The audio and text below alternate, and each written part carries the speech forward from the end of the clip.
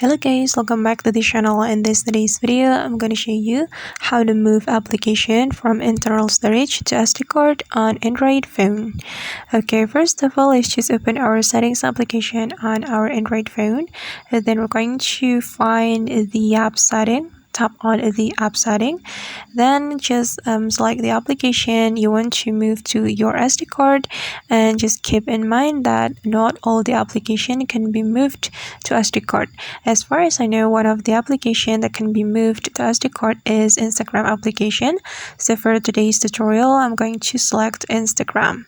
So we can tap on the Instagram application, then tap on the storage setting, and we're going to change the storage allocation.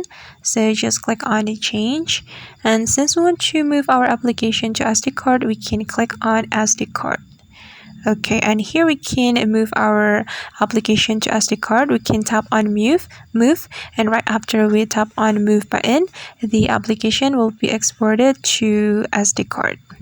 Alright guys, then that's how we can move application to SD card on Android phone. I hope this tutorial will be useful for you.